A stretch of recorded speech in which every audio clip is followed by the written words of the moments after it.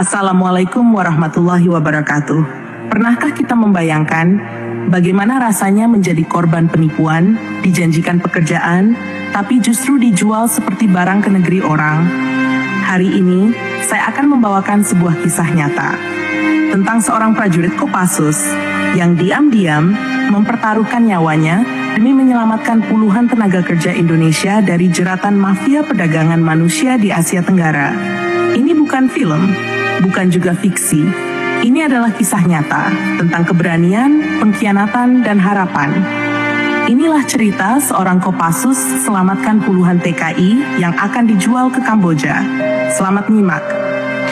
Langit di Bandara Internasional Soekarno-Hatta tampak cerah siang itu. Di antara keramaian calon penumpang yang lalu lalang, seorang pria dengan jaket denim lusuh dan ransel coklat terlihat mondar-mandir di terminal keberangkatan internasional. Wajahnya tampak cemas, namun ia mencoba menyembunyikannya. Namanya Taufik, usia 27 tahun, asal Lombok. Ia bukan turis, bukan pula pebisnis. Ia seorang calon tenaga kerja Indonesia yang katanya akan dikirim ke Malaysia untuk bekerja di restoran. Namun ada yang aneh, ia tak tahu pasti siapa yang akan menjemputnya di sana. Ia tak diberi nomor kontak. Paspornya dipegang oleh agen, dan semua dokumen diberi sehari sebelum keberangkatan. Ia hanya disuruh naik pesawat dan menunggu seseorang di bandara tujuan.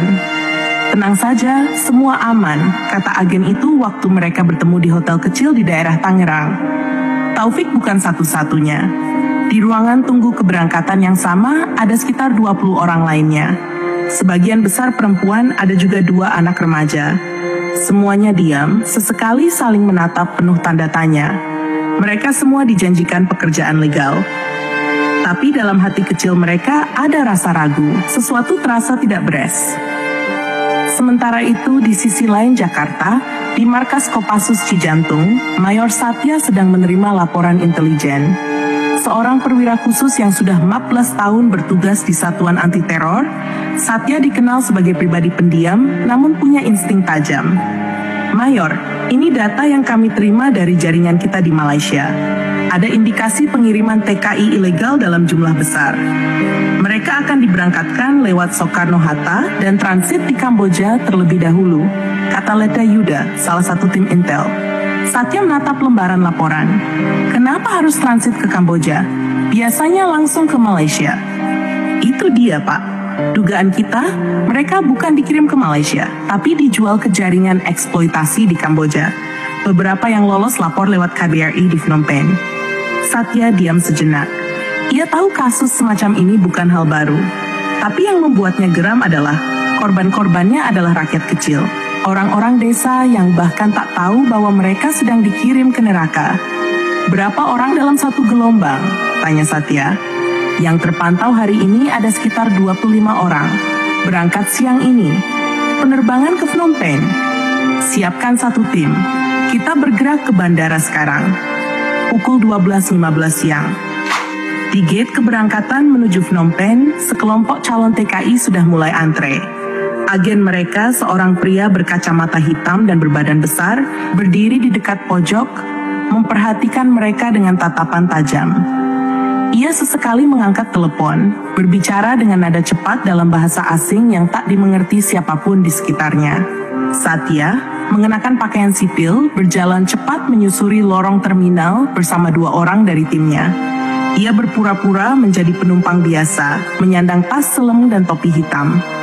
Target visual, pria berbadan besar di dekat pilar C.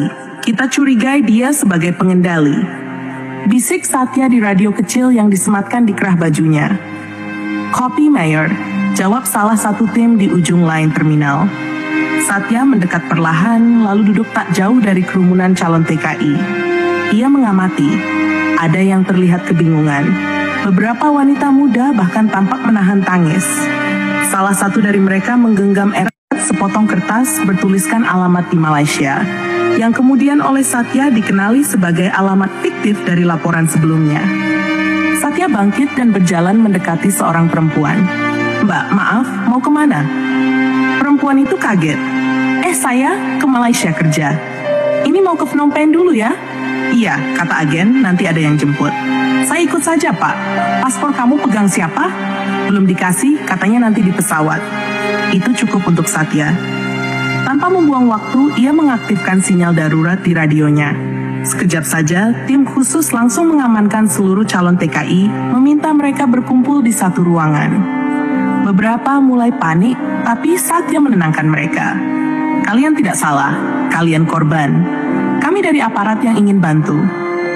Sementara itu, si agen yang berdiri tak jauh langsung mencoba kabur.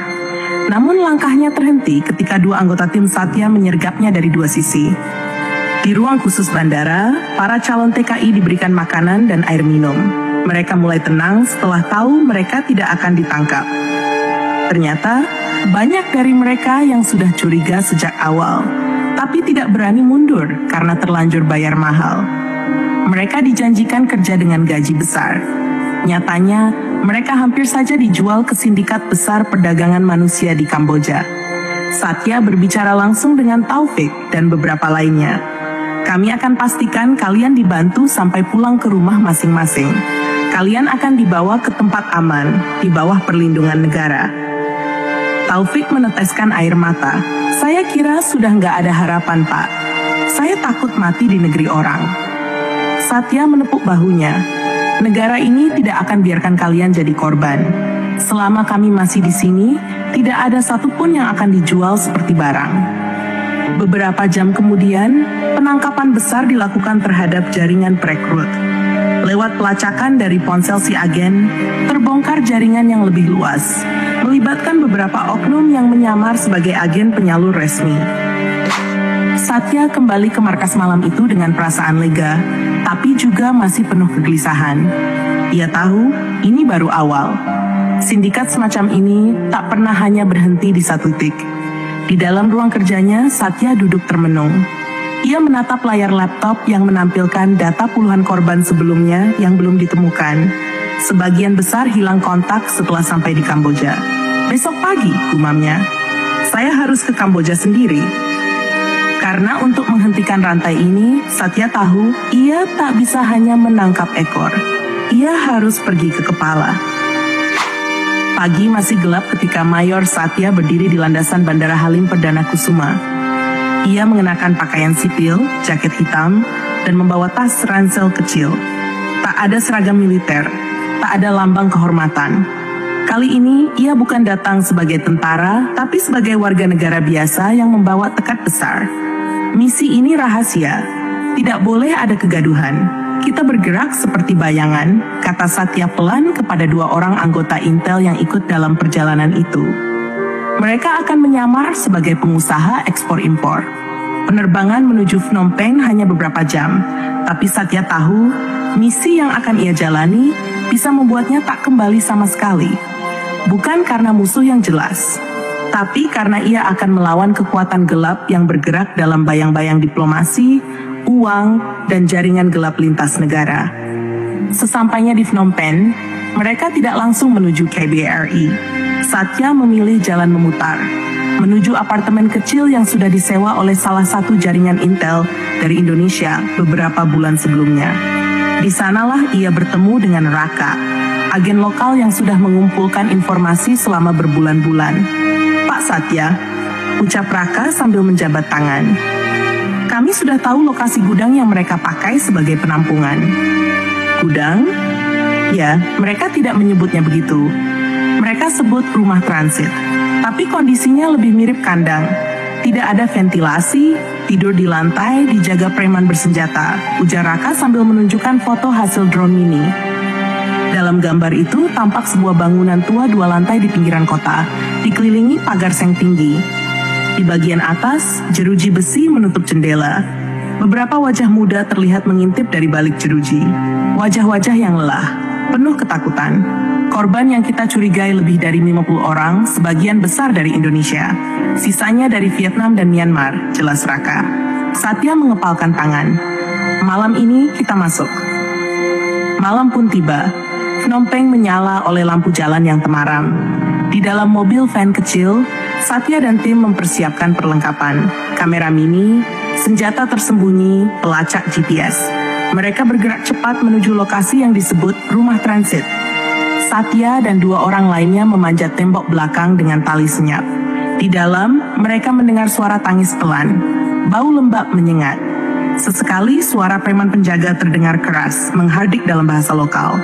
Satya memberikan isyarat tangan. Masuk diam-diam, lumpuhkan penjaga, bebaskan korban. Langkah mereka nyaris tak terdengar saat mendekat ke pintu samping. Salah satu penjaga, pria berbadan besar bersenjata tajam, tengah duduk merokok di dekat pintu. Sekejap kemudian tubuhnya roboh, dilumpuhkan dengan teknik kuncian cepat, tanpa suara. Begitu pintu terbuka, Satya terkejut. Di dalam, puluhan orang tidur berserakan di lantai, wajah-wajah muda, perempuan, laki-laki, bahkan 1 anak kecil. Mereka kaget saat melihat Satya, tapi ia langsung memberi isyarat, "Tenang, kami dari Indonesia. Kalian akan pulang." Tangis pecah. Salah satu perempuan langsung memeluk Satya sambil berbisik, "Saya kira sudah tidak ada harapan, Pak." Namun belum selesai semuanya, suara teriakan dari luar terdengar. Satu penjaga berhasil melihat mereka. Sekejap kemudian, bunyi peluru menyalak ke udara. Satya memeluk anak kecil dan berteriak, "Tiarap!" Salah satu tim menarik korban ke pojok ruangan, sementara Satya dan 1 anggota lainnya keluar lewat pintu belakang. Mereka baku tembak singkat dengan para preman. Namun karena sudah dilatih untuk operasi senyap, mereka berhasil melumpuhkan 3 penjaga lainnya tanpa korban di pihak mereka. Setelah memastikan area aman, Satya mengeluarkan peluit darurat khusus. Tak lama, 2 mobil dari KBRI datang dengan pengawalan polisi lokal yang sudah diberi briefing sebelumnya. Semua korban dievakuasi dalam kondisi aman. Di KBRI Phnom Penh, para korban diberi makan, pakaian bersih, dan pemeriksaan kesehatan. Tim Satya bekerja hingga pagi, mencatat nama-nama dan mencocokkan dengan data korban hilang. Salah satu perempuan bernama Lisa, asal Medan, menceritakan bahwa ia dijanjikan kerja sebagai asisten rumah tangga di Malaysia. Namun begitu tiba di Phnom Penh, ia disekap, dijaga, dan dipaksa bekerja di tempat hiburan malam. Ia menolak. Akibatnya, ia dipukul dan dikurung. Ia menyaksikan sendiri beberapa teman senasib dikirim ke tempat lain, tak pernah kembali. "Saya sudah pasrah, Pak. Tapi malam ini Tuhan kirim Bapak datang," kata Lisa sambil menangis. Satya menunduk. Ia tak merasa sebagai pahlawan. Ia hanya melakukan apa yang seharusnya negara lakukan sejak lama. Keesokan harinya, Satya dipanggil oleh Dubes Indonesia untuk Kamboja.